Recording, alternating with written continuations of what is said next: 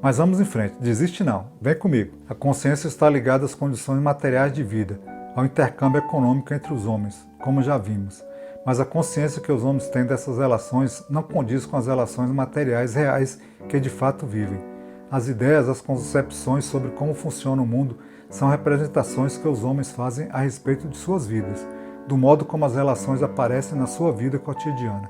Essas representações implicam, num primeiro momento, numa falsa consciência, numa consciência invertida, pois se prendem à aparência e não são capazes de captar a essência das relações às quais os homens estão submetidos. Essa talvez seja o ponto de vista marxiano a maior brutalidade de um sistema educacional classista, fazer com que o homem acredite que existem ideias e interesses universais e que os mesmos beneficiam a todos, quando na verdade eles só beneficiam uma classe específica que detém o poder econômico. Além disso, impossibilita o trabalhador vitimado pelo sistema capitalista de enxergar quem de fato é o seu opressor. Exploração econômica e opressão política do homem pelo homem sempre houve, em todas as sociedades. Só que no capitalismo há uma diferença. Em todas as outras formas de dominação histórica anteriores, o dominado sabia que era dominado e sabia quem era o dominador. O escravo sabia que seu senhor o mantinha em cativeiro e o obrigava a trabalhar para si à força. O servo sabia que o dono do feudo lhe arrancava a maior parte do que ele plantava e colhia. No capitalismo, ao contrário, o trabalhador acha que é justo que ele seja separado do fruto de seu trabalho mediante o pagamento do salário. Essa total alienação do proletariado se dá através da ideologia burguesa, incutida nos currículos escolares dos estabelecimentos privados e principalmente nos estabelecimentos públicos de ensino.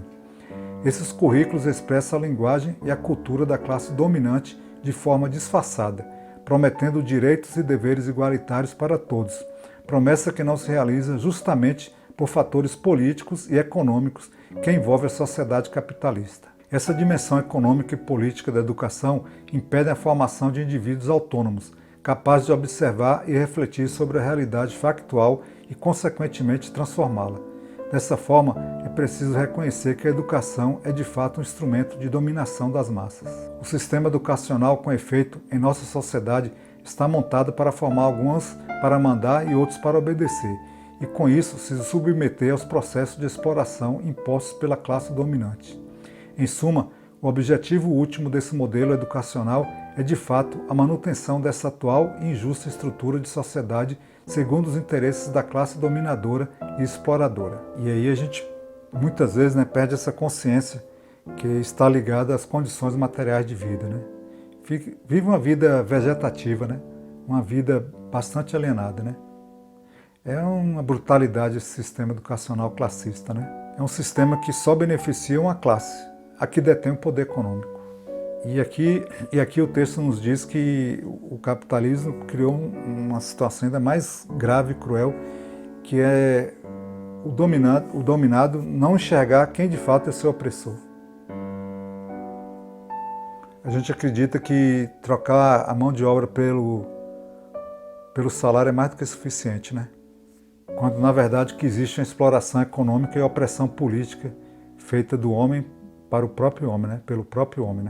Se a gente for observar com bastante atenção, com um olhar bem crítico, a gente vai ver que os currículos expressam a linguagem e a cultura da classe dominante. Claro que é de forma disfarçada, mas a realidade é essa.